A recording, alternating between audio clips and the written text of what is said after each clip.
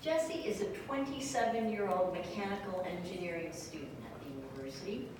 He grew up in East Las Vegas, where after repeating the 9th grade and only finishing half a semester of the 10th grade, he dropped out of high school at the age of 17. It would be another year before Jesse would finally return to school, first pursuing his GED, followed by becoming a certified EMT, and finally graduating with an associate's degree from the College of Southern Nevada.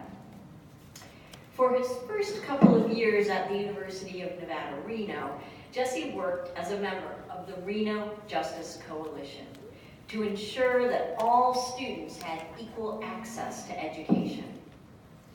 He has also worked with Generation Action, the Planned Parenthood Advocacy Club, to fight for women's rights and reproductive justice on campus. Jesse graduates hoping to find an engineering position with a manufacturing firm, where he can help to develop strategies to make processes more efficient. Please welcome Jesse Ochoa.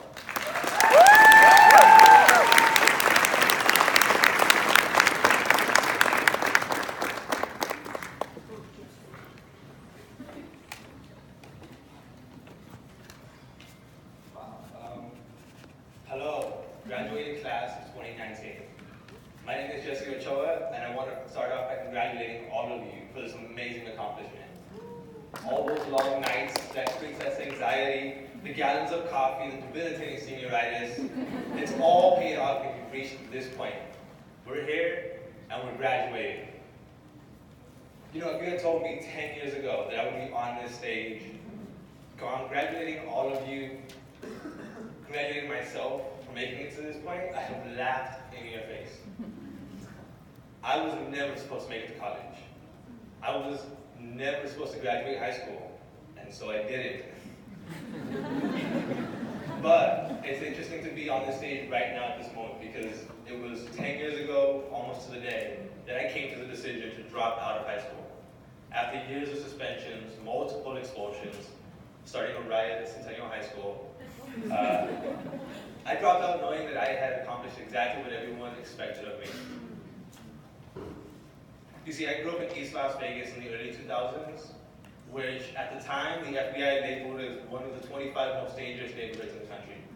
According to the FBI, there was a 1 in 7 chance of becoming a victim of violent crime, something that I experienced regularly.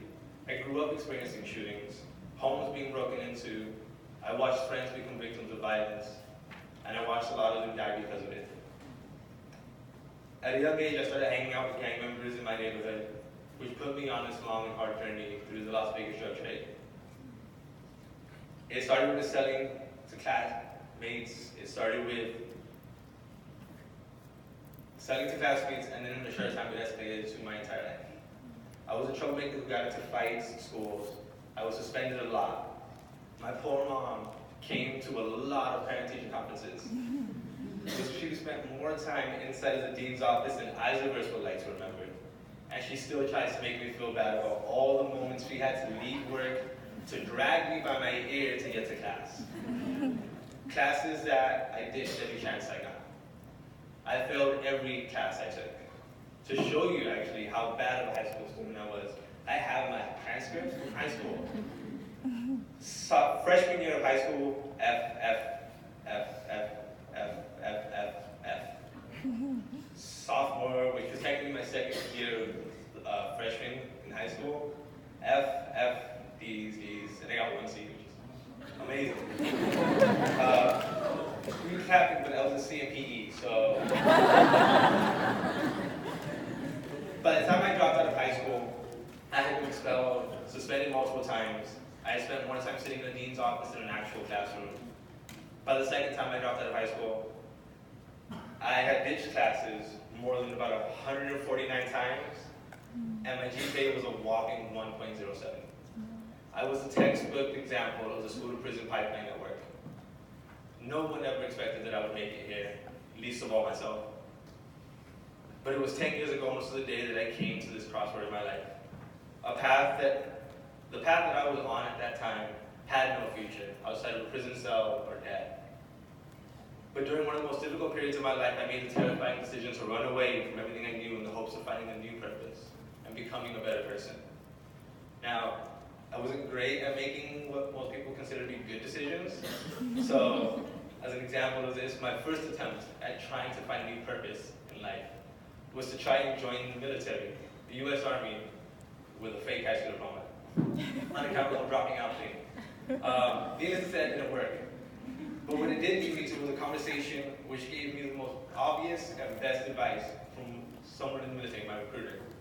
And that was that if I wanted to join the Army, all I needed to do was get a GED and like a semester of college credits. It sounds real obvious, but who would have thought that telling a troubled kid that not only should he go to college, but he could go to college, that he could succeed in college, even for a semester, would be enough to inspire me to get to this point. Literally the first time someone told me that college was an option for me and that I was capable of succeeding was while I was being denied a spot in the Army for dropping out of high school. You see, that was my first attempt at changing my life and it ended in failure, and I found myself in the lowest point ever. Even though I had an idea of what my next step should be, and I had successfully at this point earned my GED, I found myself dealing with a lot of the mental repercussions of the different forms of trauma that I had experienced in my life. I fell into this deep, dark, debilitating depression, which caused me to question whether I had a purpose or if I belonged here at all. Luckily, I have my mom in my life, who did what she had always done, and literally dragged me by my ears to enroll in the colleges of Nevada. Thank you, Mom.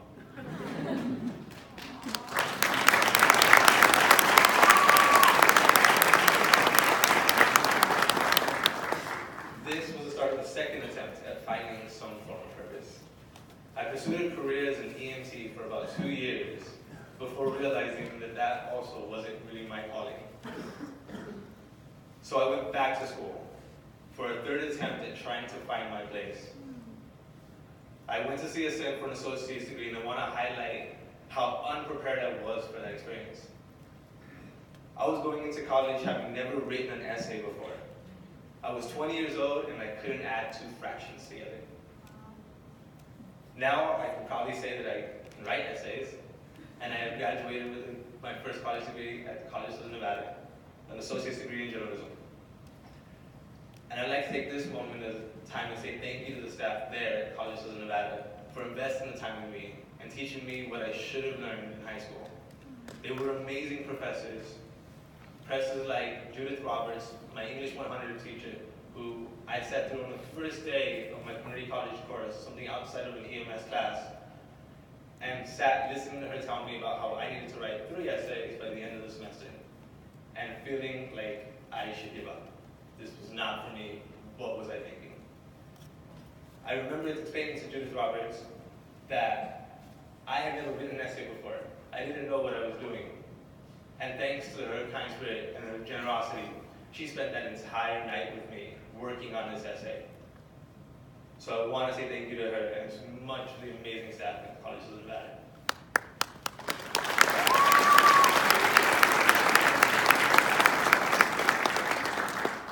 Once again though, after graduation, I realized that I had picked another career choice that I wasn't 100% sure was for me. But even though I failed for the third time to find my purpose, I also found an opportunity to come to a 4-year university, something I had never imagined in my life, here at the University of Nevada, Reno. I came to UNR and immediately felt alone and out of place. Like many of you, this was my first experience coming into a predominantly white institution, and I felt like an imposter, like someone who didn't belong in this place, in this building of learning. However, I eventually found a space where my experiences could be of use, where they were validated in a club here on campus called the Reno Justice Coalition. It was here that it felt like my voice mattered and the experience that I had could be used to help more people than myself.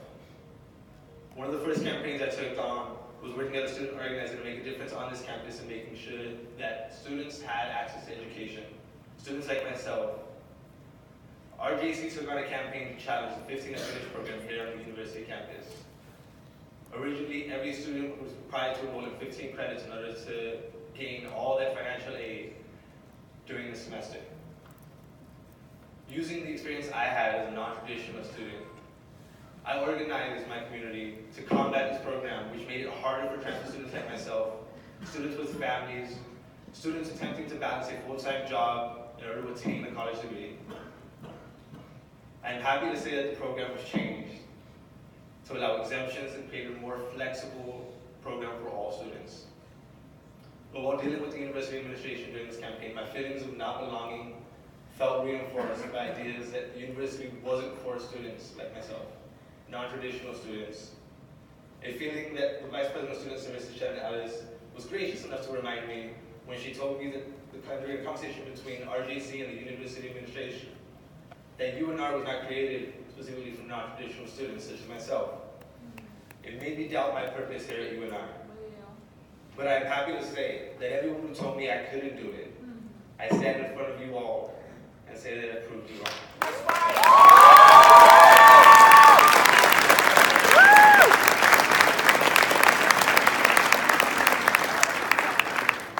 8 years ago, I couldn't add 2 fractions together. Today, I graduate with a degree in mechanical engineering.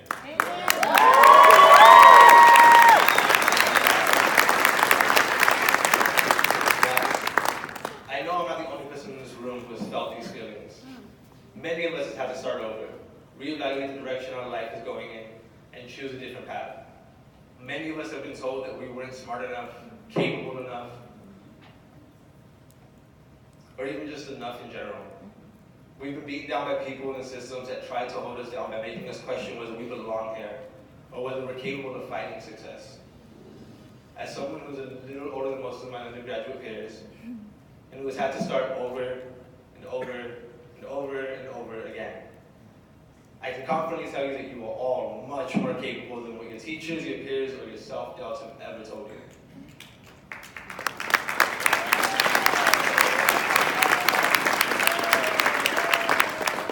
So the class of 2019, during those moments when you feel yourself questioning whether you are good enough or smart enough, or whether you belong, remember the high school dropout who was chosen to give a graduation speech and you didn't grad?